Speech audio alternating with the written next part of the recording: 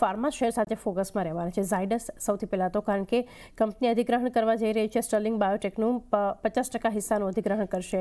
ત્યારબાદ એલેમ્બિક ફાર્મા માટે US FDA તરફથી કંપનીને અહીંયા એક મંજૂરી મળતી જોઈ રહ્યા છીએ. ડીઆરએલ ફોકસમાં છે, કારણ કે યુએસ એફડીએ તરફથી શ્રીકાકુલમ યુનિટ જે છે ત્યાં 3 અવલોકનો મળ્યા છે. અમુક ફાર્મા કંપનીઓ તો ફોકસમાં છે સમાચારને લીધે. તમે ઓવરઓલ આમાંથી કોઈ કંપની સ્પેસિફિક કે આ સેક્ટરની અન્ય ક્યાં અત્યારે ટેકનિકલ સેટઅપ સ્ટ્રોંગ જોઈ રહ્યા છો ફાર્મામાંથી? ઓવરઓલ અગર નિફ્ટી ફાર્મા ઇન્ડેક્સની આપણે વાત કરીએ તો બહુ સારા લેવલ ઉપર અત્યારે આપણે જોઈ રહ્યા છીએ કે નિફ્ટી ફાર્મા ઇન્ડેક્સ ટ્રેડ કરી રહ્યું છે. રિસેન્ટલી જે પણ કંઈ કન્સોલિડેશન હતું એ કન્સોલિડેશનમાંથી બ્રેકઆઉટ આપ્યું અને નો ડાઉટ છેલ્લા 2 દિવસથી એક નેગેટિવ કારોબાર જોઈ રહ્યા છે. પરંતુ 22,200 22,300 એક ક્લસ્ટર રેઝિસ્ટન્સ લેવલને ક્રોસ કરીને અત્યારે 22,500 ની આજુબાજુ છે.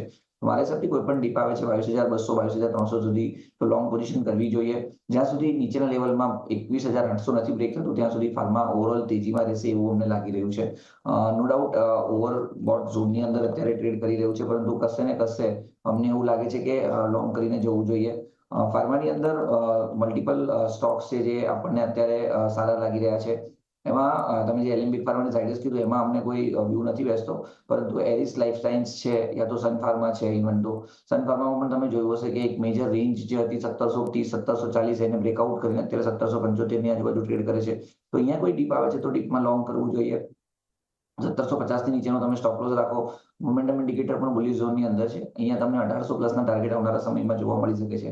તો ઘટાડે બાય કરો 1750 ના સ્ટોપ લોસની સાથે 1800 પ્લસના ટાર્ગેટ સન ફાર્માની અંદર. એરિસ લાઈફ સાયન્સમાં પણ તમે જોશો તો વીકલી ચાર્ટ ઉપર એક મોટું બ્રેકઆઉટ આપણને જોવા મળી રહ્યું છે. ઇવન તમે મંથલી ચાર્ટ જોશો તો મંથલી ચાર્ટમાં પણ ઓવરબોટ ઝોનની અંદર ટ્રેડ કરી રહ્યું છે કાઉન્ટર, પરંતુ કશે ને કશે એક મેજર બ્રેકઆઉટ આપણને વીકલી ચાર્ટ ઉપર જોવા મળે છે. તો અહીંયા પણ લોંગ કરવાની પોઝિશન બની શકે છે. 1260 ની આજુબાજુના ક્લોઝિંગ છે. કોઈ પણ ઘટાડો આવે લોંગ કરીને જવું જોઈએ. અને ઉપરમાં આપણે જોઈ રહ્યા છીએ કે 1300 પ્લસના ટાર્ગેટ અહીંયા પણ દેખાઈ શકે છે. સો એરિસ લાઈફ સાયન્સ અને સન ફાર્મા બંને અમારા પ્રિફર્ડ પિક રહેશે. ઓકે, તો આ સેક્ટરમાંથી એરિસ લાઈફ સાયન્સ 1300 ઉપરના લક્ષ્યાંક બતાવી શકે છે. સન ફાર્મા બાયોટિપ્સ 1750નો સ્ટોપ લોસ રાખવું નીચે અને 1800ના લક્ષ્યાંક માટે. પ્રતિક, આપની પાસેથી વ્યૂ ફંડામેન્ટલ્સ જાણીએ આ સેક્ટરના, કારણ કે આજે આ કંપનીઓ ઝાયડસ, એલેમ્બિક ફાર્મા અને ડીઆરએલ તો ફોકસમાં રહેશે સમાચારને લીધે, પરંતુ એક લોંગર ટર્મ વ્યૂ ફાર્મા માટે તમે કઈ રીતે જોઈ રહ્યા છો? કોઈ કંપની સ્પેસિફિક પસંદગી અહીંયાથી? તો આજે ન્યૂઝ જે છે એક ડોક્ટર રેડ્ડીઝની જે એ લોકોને એક ફોર્મ, એ લોકોનું એક ઓબ્ઝર્વેશન નોટ થઈ છે જેનો એ લોકોને ફોલો કરવું પડશે એક ટાઈમલાઈનમાં. તો એ કાંઈ નેગેટિવ ન્યૂઝ ના કહેવાય. અને એની સાથે જે એલેમ્બિક ફાર્માને એક જે આ યુએસએફડી અપ્રુવલ મળ્યો ડેફિનેટલી એક પોઝિટિવ છે.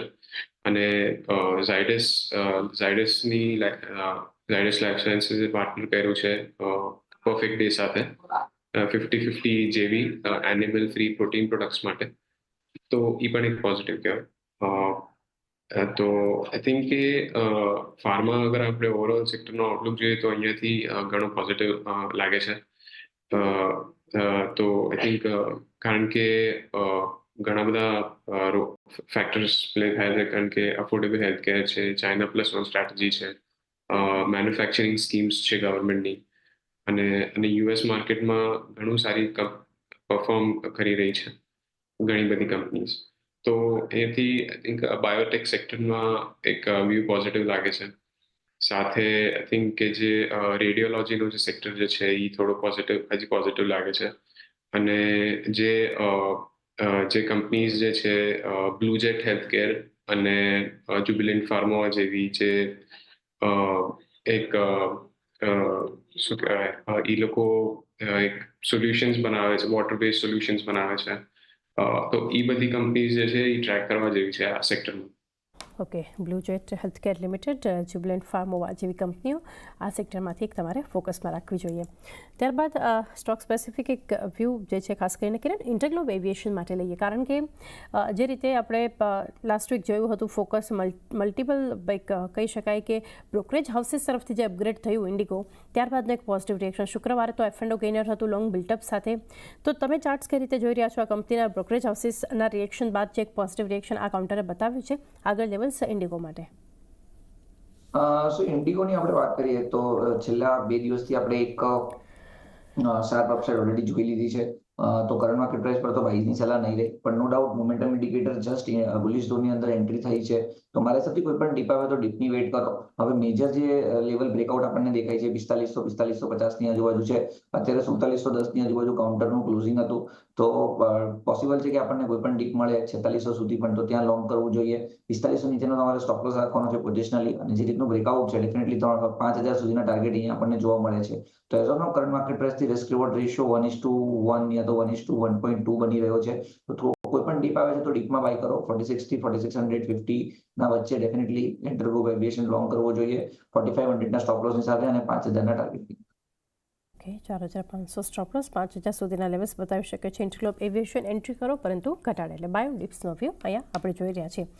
ઓએનજીસી માટે પ્રતિક વ્યૂ લઈએ, ફંડામેન્ટલ્સ જાણીએ. આજે કંપની માટે ફોકસ જે છે સમાચારને લીધે ઉત્પાદન શરૂ કર્યું છે કંપનીએ. કૃષ્ણા નદીમાં જે 5th ઓઇલ વેલ છે ત્યાં જે છે ખાસ કરીને ઉત્પાદન શરૂ કર્યું છે, એને લીધે ફોકસ રહેશે. પરંતુ એક સમાચાર છે ઓએનજીસી માટેના આગળ લોંગર ટર્મ વ્યૂ તમે કઈ રીતે શેર કરશો?